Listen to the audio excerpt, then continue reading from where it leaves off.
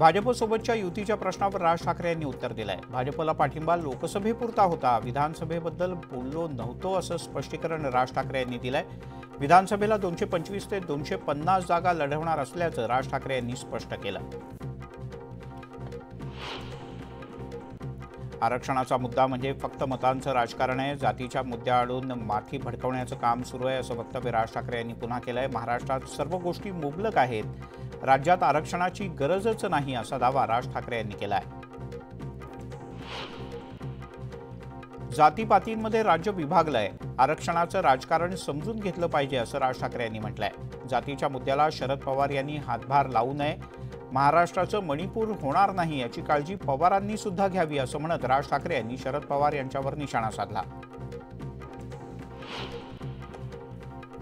चांदीवाल आयोगाचा अहवाल महाविकास आघाडीच्या काळात आला, पण सरकार पडल्यानं तो सादर करता आला नाही, त्यामुळे फडणवीस यांनी तो अहवाल जनतेसमोर सादर करावा अशी मागणी माजी गृहमंत्री अनिल देशमुख यांनी केली आहे।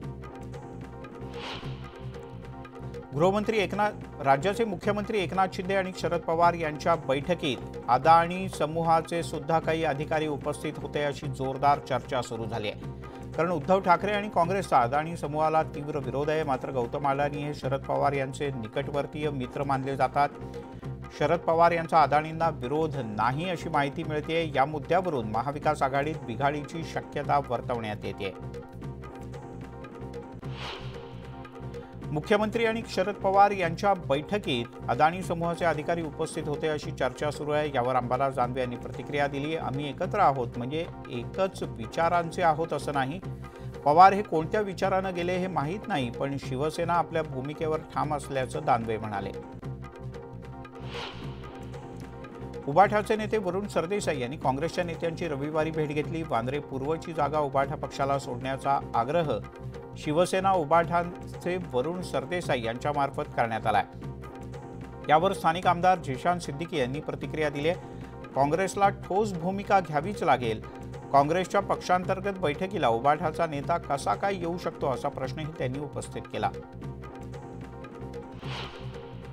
मावळ विधानसभेच्या जागेवरून अजित पवार गट आणि भाजपमध्ये कलगीतुरा रंगलाय। अजित पवार गटाकडून सुनील शेळके यांना उमेदवारी देण्यात आली आहे, मात्र शेळके यांच्या उमेदवारीला भाजपनं विरोध केलाय। घड्याळ चिन्हाचं काम करणार नाही असा आक्रमक पवित्रा भाजपच्या कार्यकर्त्यांनी घेतला आहे। लोकसभेतल्या पराभवानंतर पालघरमध्ये ठाकरे गटाकडून दोन्ही जिल्हा प्रमुखांची हकालपट्टी करण्यात आली। राजेंद्र पाटील आणि विकास मोरे यांची हकालपट्टी केल्यानंतर अजय ठाकूर आणि अनुप पाटील यांना जिल्हा प्रमुख पदाची जबाबदारी देण्यात आली आहे।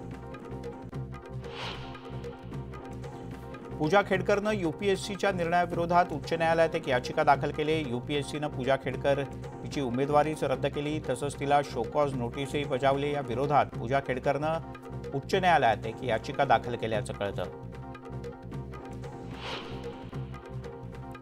आज शेअर बाजार उघडतात सेन्सेक्समध्ये मोठी घसरण पाहायला मिळाली। भारतासह जगभरातल्या शेअर बाजारात मोठी पडझड झाली आहे। सेन्सेक्स 1300 अंकांनी कोसळलाय। आंतरराष्ट्रीय घडामोडींचा शेअर बाजारावर मोठा परिणाम झाल्याचं दिसतं। जम्मू काश्मीरमध्ये कलम 370 रद्द केल्याच्या निर्णयाला आज 5 वर्ष पूर्ण झाली। या पार्श्वभूमीवर जम्मू काश्मीरमध्ये यंत्रणा अलर्ट मोडवर आहे। सुरक्षेच्या कारणास्तव अमरनाथ यात्रा देखील आज एका दिवसासाठी स्थगित करण्यात आली आहे।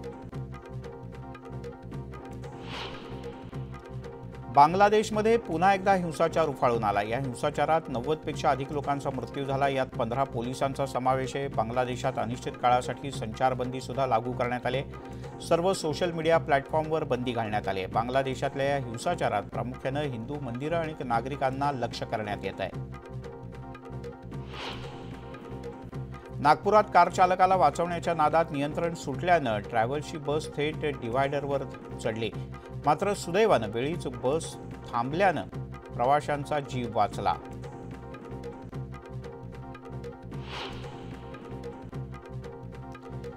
शहापूर तालुक्यात पडत असलेल्या मुसळधार पावसामुळे तालुक्यातील 4 धरणं भरलेत, त्यामुळे मुंबईकरांच्या एका वर्षाच्या पाण्याचा प्रश्न मिटलाय। तर भातसा धरण ओव्हरफ्लो झाल्यानं धरणाचे 5 दरवाजे उघडण्यात आले।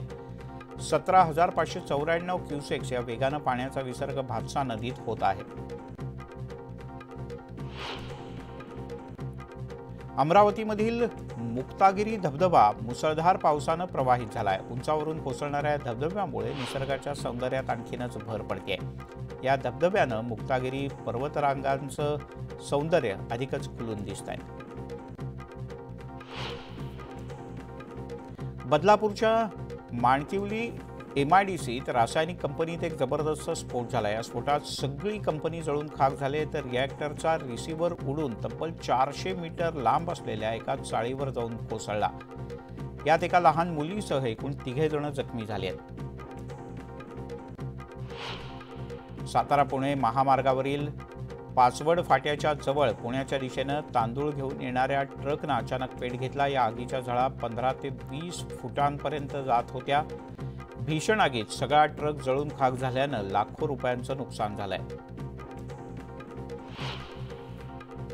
आज श्रावण महिन्याचा पहिला सोमवार असल्यानं मुंबईतल्या बाबुलनाथ मंदिरात भाविकांची मोठी गर्दी झाली. शिवभक्तांनी सकाळपासूनच बंबम बोलेचा जय जयकार करत दर्शनासाठी रांगा लावल्या.